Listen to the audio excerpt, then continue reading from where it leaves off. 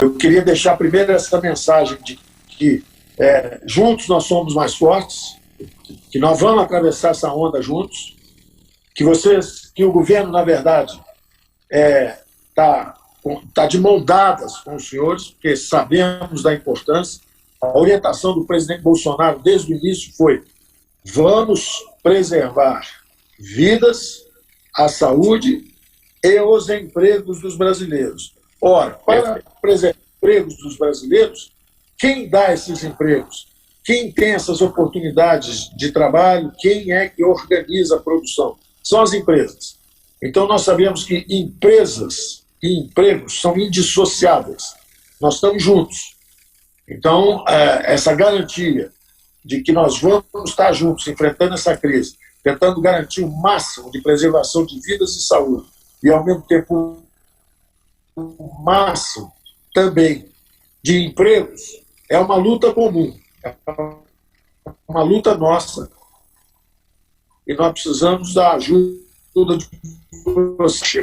Como é que podemos fazer chegar? Nos informe o tempo inteiro. Por exemplo, até na orientação a esses informais, esses invisíveis, milhões de brasileiros que precisam de ajuda até para chegar nos R$600. Então, nos ajudem a isso. Quer dizer, nós vamos ter aplicativos a partir de segunda-feira para que eles possam ser encaminhados. Se alguns não souberem ou tiverem dificuldade, nos orientem ou orientem também a essas pessoas, porque é importante que todos tenham a nossa ajuda. Nós precisamos disso. E a mensagem, antes de passarmos aí ao bate-bola livre, a mensagem que eu queria deixar é a seguinte: se do ponto de vista de saúde nós precisamos desse isolamento e vamos nos afastar temporariamente contra a nossa própria natureza, que é afetiva, que é generosa, que é fraterna, nós somos um povo que gosta de abraçar, gosta de tocar, gosta de beijar, e nós vamos ficar distantes das pessoas que amamos. A minha mãe fez 98 anos e eu não pude abraçar ou beijar minha mãe. Não posso sequer ir à casa dela, para não correr o risco de transmitir alguma coisa. Então, são tempos difíceis, são tempos que nos arriscamos a perder os entes queridos, mas nós temos que saber que isso vai passar. Isso vai sair, nós vamos enfrentar e vamos sair do lado de lá. E é importante, se do lado da saúde nós nos mantemos, de certa forma, afastados, do ponto de vista de rede de produção econômica, é ao contrário. Nós temos que manter as linhas e os respiradores abertos e o oxigênio e algum sangue flutuando. Tem que passar. Essas redes, essa capilaridade não pode ser perdida. Vamos usar digitalmente, por enquanto. Você pede a comida digitalmente, você pede a coisa pelo e-commerce, você pede o remédio também digitalmente, mas não podemos esquecer que, se por um lado um pode contaminar o outro do ponto de vista da saúde, do ponto de vista da economia é o contrário. Um pode salvar o outro. Se você encomenda ao restaurante próximo da sua casa a refeição, se você encomenda uma entrega de um serviço a um que você conhecia, se você não deixa criar essa cadeia de serviços, que é o comércio brasileiro, que é o maior gerador de empregos no Brasil, pode ser 15%, 16%, 17% da produção, mas nós sabemos que são 70%, 80% dos empregos. Nós não podemos soltar a mão dos outros. Economicamente é o contrário, nós temos que ficar de mãos dadas, economicamente de mãos dadas, fazendo os pagamentos. Se nós pararmos de pagar a luz, daqui a alguns meses falta luz. Se nós pararmos de pagar o serviço de telefonia e telecomunicações, daqui a pouco não temos mais funcionando o serviço de comunicação, que nós estamos, o serviço de informação, vamos perder as informações também. Então, é importante entender que nós dependemos uns dos outros e o máximo que pudermos mantermos de mão dadas. Do ponto de vista econômico, nós temos que manter a economia respirando, sem colocar em risco a saúde das pessoas. Vamos lá, Jorge, comanda aí o próximo passo. Nós vamos levantando a mão aí. Jorge. Jorge, Jorge. você está sem microfone, você está sem som. Posso, Jorge? Marcelo Silva. Marcelo. Posso? Estão me ouvindo? Estão me ouvindo? Vou falar. Por favor, eu tinha colocado primeiro o Glauco, que é o presidente dos shopping centers do Brasil. Em seguida você. Está marcado. Bem. Combinado. Tá bem. Ministro, o Glauco é presidente da Associação dos Shopping Centers do Brasil. O senhor sabe que nós temos no Brasil 550 shopping centers. Nesse shopping, nós temos 135 mil lojas. 1.000 lojas. Glauco, por favor. Bom, boa tarde, Jorge, obrigado. Ministro, é um prazer estar falando com o senhor. Antes de mais nada, eu quero parabenizá-lo e agradecê-lo de dialogar com tantos setores ao mesmo tempo, de receber tantas críticas e tantas sugestões. A gente acredita que nesse momento o diálogo, a transparência na informação, ela é fundamental para que a gente possa passar por esse período aí com a maior serenidade possível. Então, parabéns, espero que continue dessa forma, conduzindo com diálogo e transparência as ações do governo. Por tudo que o senhor tem falado e pelo que a gente entende, não há divergência alguma nos planos do governo e nos pleitos que a gente tem feito. Há uma diferença na intensidade e na velocidade que essas ações elas estão sendo implementadas.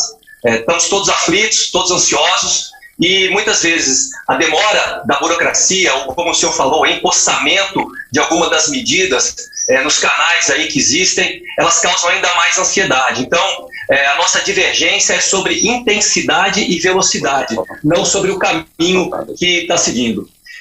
Algumas medidas foram excepcionais, têm sido excepcionais para o setor produtivo e para nós, para o nosso setor. A gente entende que o diferimento dos pagamentos de FGTS, PIS, COFINS, enfim, das contribuições previdenciárias, assim como essa medida que vai fazer com que o Bacen possa operar diretamente com empresas, elas são muito positivas para que a gente possa ter um suspiro aí, uma folga no fluxo de caixa para passar por esse momento tão terrível aí que a gente está passando.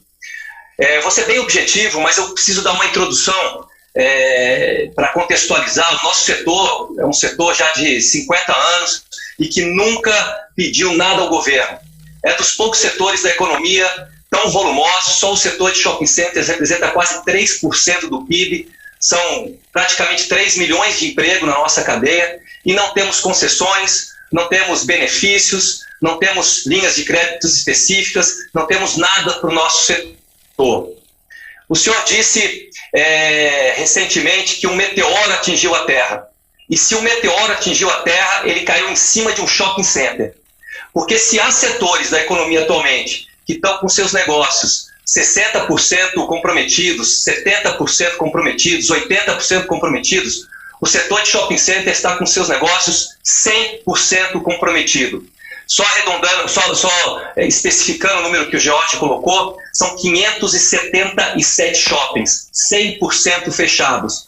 E não foram fechados por incompetência da gestão do shopping, ou por incompetência da gestão dos lojistas, ou mesmo por algum problema do governo.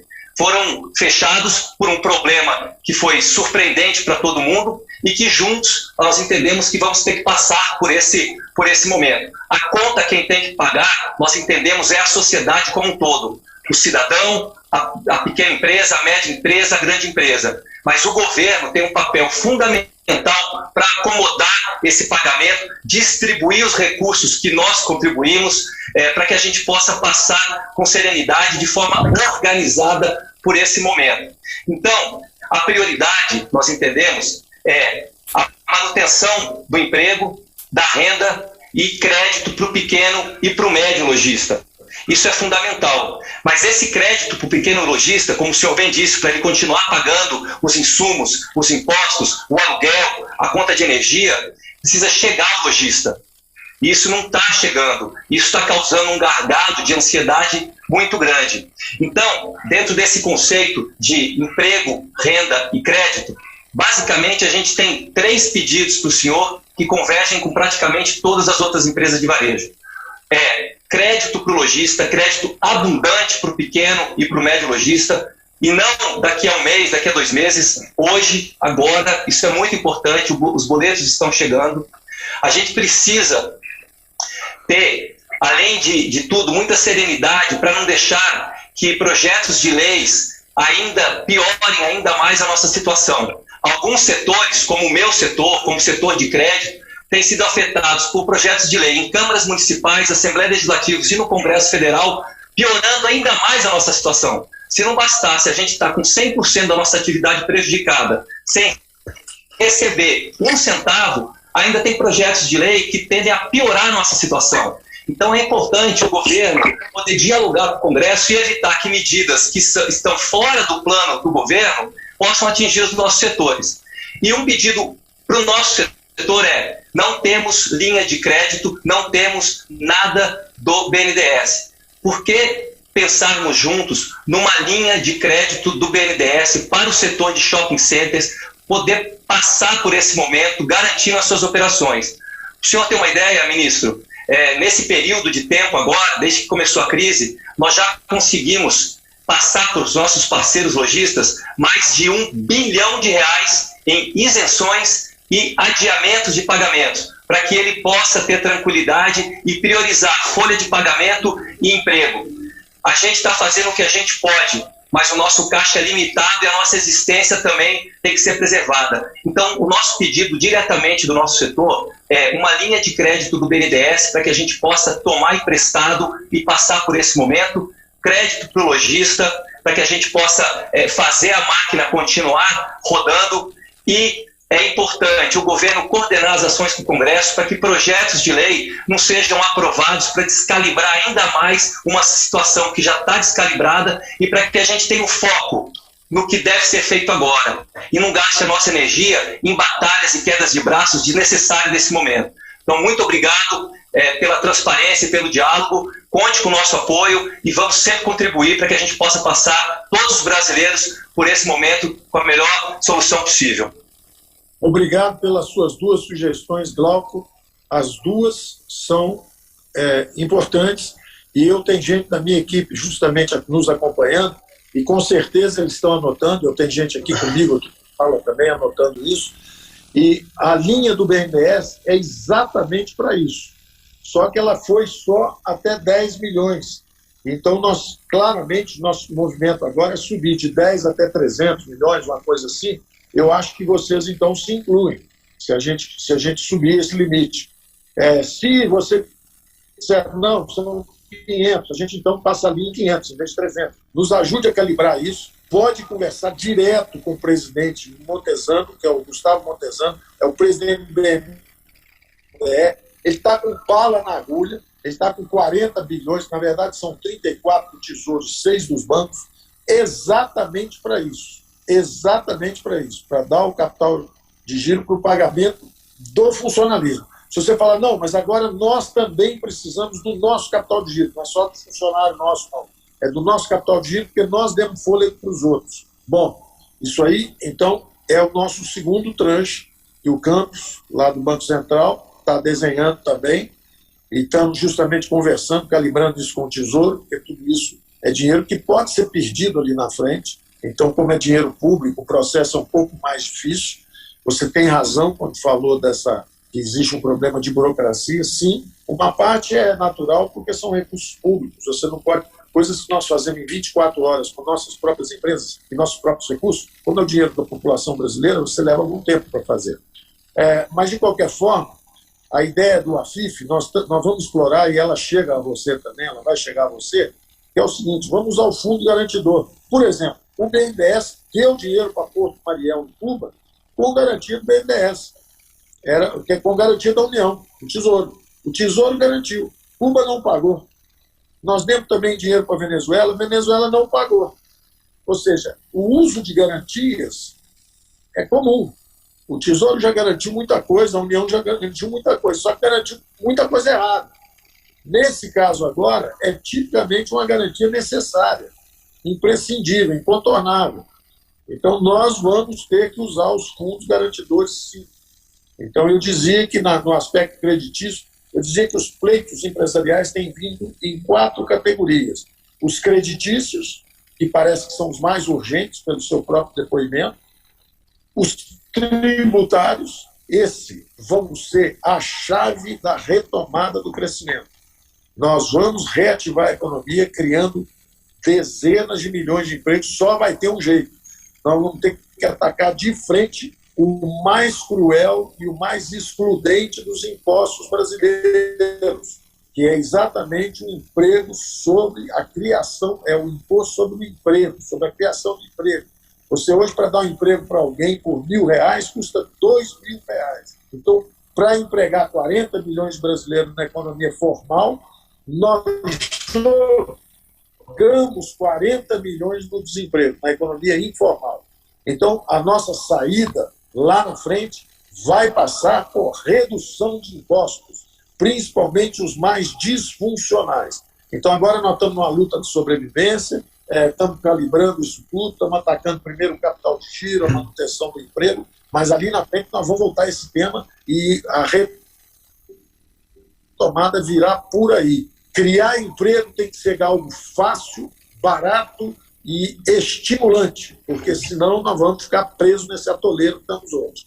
Então, esse primeiro pleito seu do crédito e do BNDES, nós estamos atentos, minha equipe está aguardando isso aí e nós vamos atacar. O crédito focalizado tem que ser a prioridade. Não adianta ficar baixando compulsório para o dinheiro empossar. Então, nós vamos, a própria redução de compulsório agora vai ser condicionada, nós vamos conversar sobre isso, ela tem que ser condicionada a conectar na geração de emprego e no capital de giro para as empresas que você está tão corretamente defendendo aí.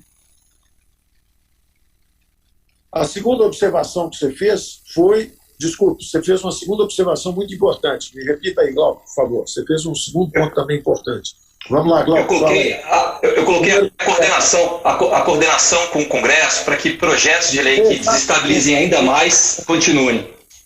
Exatamente. O que está acontecendo? Justamente até às vezes no afã de auxiliar, o que acontece? Vendo essa ansiedade da população, que o Congresso está bem intencionado, o Congresso quer ajudar também. Eles estão também envolvidos em como é que nós podemos melhorar a situação do Brasil. Então, o que acontece é o seguinte, é que chega num momento como esse, o representante está vendo que as pessoas não estão pagando aluguel, aí fala, não, vamos dar uma moratória de aluguel. Aí o representante de um outro setor vê que as pessoas não estão com dificuldade de pagar a conta de luz, fala, não, vamos isentar a conta de luz de todo mundo. Só que tem o amanhã. E se as empresas que já estão com dificuldade de capital de giro, se nós inadvertidamente, querendo até ajudar a população, nós acabamos sancionando o não pagamento generalizado, o que nós estamos fazendo é destruindo a capacidade das empresas de se manter. E aí lá na frente vai faltar tudo. Vai faltar luz, vai faltar serviço de comunicação, vai faltar abastecimento, vai faltar tudo. Então nós temos que resistir a esse ativismo regulatório, que é até natural. Toda vez que tem uma crise, todo mundo quer regular alguma coisa. Só que nós temos que ir com muito cuidado. Então, esse seu alerta é muito bem-vindo, é importante para nós temos conversado isso com os congressistas para resistir a essa tentação de fazer o pequeno conserto que, na verdade, vai destruir o nosso futuro.